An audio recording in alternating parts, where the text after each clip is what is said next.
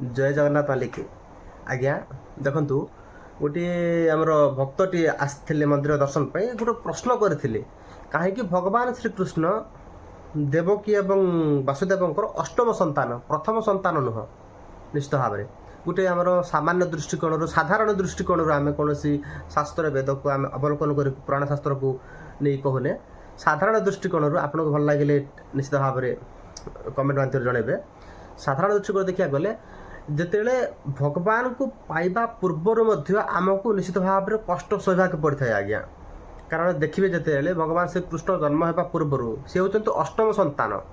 तांको पूर्वर जो 6टी संतान को जी कि कंस तांको बद्ध करते जन्म हो सांगे सांगे बद्ध करदे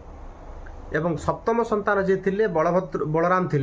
रोहिणी गर्भ को स्थानांतरित करते ना किए माँ जोगमाया एवं अष्टम संतान भगवान श्रीकृष्ण तांको जन्म होगा पूर्वर से 6 गोटी संतान को बद्ध करते से दुख आज्ञा से 6 गोटी दुख को जो 6 गोटी ये विकार मनुष्यर विकार 6 गोटी विकार काम क्रोध लोभ मोह मद मात्सर्य ये प्रकार 6 गोटी विकार जिते दूरीभूत हो तापर कृष्ण एवं बलराम भली से प्रकार महाप्रभु को प्राप्ति करें। 6 गोटी पुत्र जन्म होते सी होती 6 गोटे कालनेमनी नाम गोटे राक्षस था 6 गोटी पुत्र पुनर्जन्म जहाँकि कार्मिक द्वंद्व थाए कंस सागरे एवं सी सेठार मृत्युवरण कर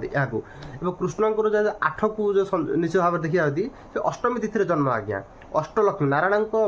जी होती देवी होती अष्टलक्ष्मी नारायण अर्धांगिनी एवं अष्ट पाटराणी कृष्णकर ये भाव 8 को संयोग कर निश्चित भाव में कुछ आसोसीएटेड अच्छी 8 संख्या सागर